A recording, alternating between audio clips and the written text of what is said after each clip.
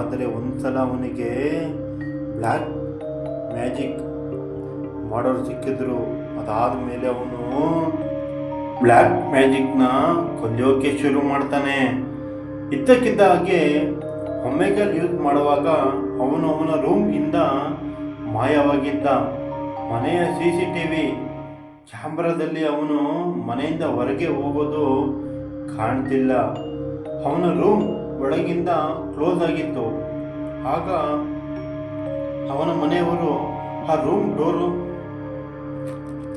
ಆಗ ಅಲ್ಲಿ ಸತ್ತಿರೋ ಕೋಳಿ, ಅದಕ್ಕೆ ತಲೆ ಇರಲಿಲ್ಲ, ಮತ್ತೆ ಒಂದು ಕಪ್ಪು ಗೊಂಬೆ, ಅದಕ್ಕೆ ಪಿನ್ಗಳು ಚುಚ್ಚಿರ್ತಾರೆ, ಮತ್ತೆ ಕತ್ತರಿಸಿದ ನಿಂಬೆಹಣ್ಣು, ರಕ್ತ ಎಲ್ಲ ವಸ್ತುಗಳಿತ್ತು. ಇನ್ನೊಂದು ವಿಷಯ ಏನಂದ್ರೆ ಕಂಪ್ಯೂಟರ್ನಲ್ಲಿ ಒಮೆಗಲ್ ಓಪನ್ ಆಗಿತ್ತು.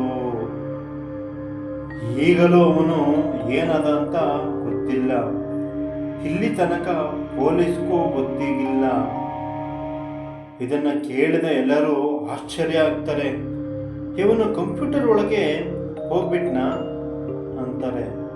ಇಲ್ಲ, ಅಲ್ಲಿ ವಿಡಿಯೋದಲ್ಲಿ ಇದ್ದ ಆ ವ್ಯಕ್ತಿ ಏನೇನೋ ಮಾಡಿರ್ತಾನೆ. ಯಾವ ವ್ಯಕ್ತಿ ಕಂಪ್ಯೂಟರ್ನಲ್ಲಿ ಮಾತನಾಡ್ತಿದ್ದೋದು? ಆ ವ್ಯಕ್ತಿ ಕಂಪ್ಯೂಟರ್ನಿಂದ ಒಳಗೆ ಎಳ್ಕೊಂಡಿರ್ಬೇಕು.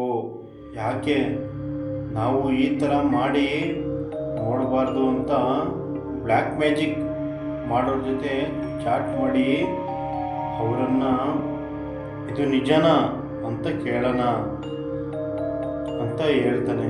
ಕಂಪ್ಯೂಟರ್ನಿಂದ ಬೇರೆ ಜಾಗಕ್ಕೆ ಕರ್ಕೊಂಡು ಹೋಗ್ಬಹುದಾ ಅಂತ ಕೇಳಿದ ಹುಚ್ಚ